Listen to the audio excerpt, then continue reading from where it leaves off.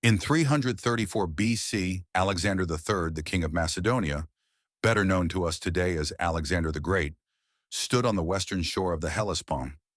He was just 22 years old and about to begin the most ambitious military campaign the world had ever seen.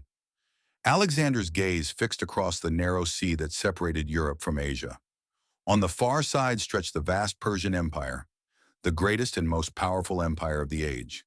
His father, King Philip II, had once dreamed of conquering Persia, but it would be Alexander who would attempt to turn that dream into a reality. Commanding a force of over 30,000 infantry and 5,000 cavalry, Alexander's army was relatively small when compared to the immense resources of Persia. Yet it was arguably the most disciplined and experienced military force of its time, having honed its skills under Philip's reforms enduring years of warfare. Crossing into Asia Minor, Alexander first made a symbolic gesture.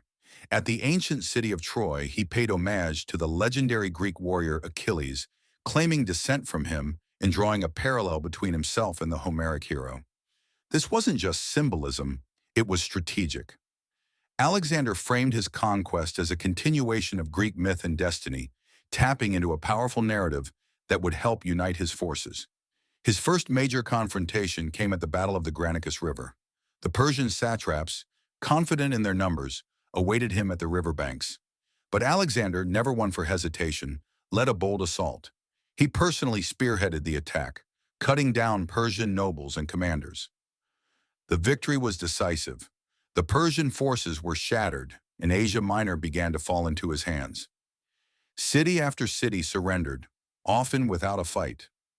Many Greek cities in Asia, long under Persian control, welcomed Alexander as a liberator, but resistance still flared in some places, most notably at Halicarnassus, where Alexander faced fierce opposition. He eventually captured the city, though not without difficulty, showing both his resilience and tactical brilliance. As Alexander moved deeper into the Persian heartlands, he faced new challenges, not just militarily, but politically and culturally. He was no longer just a Greek king invading foreign lands. He was positioning himself as a ruler of a vast, multicultural empire.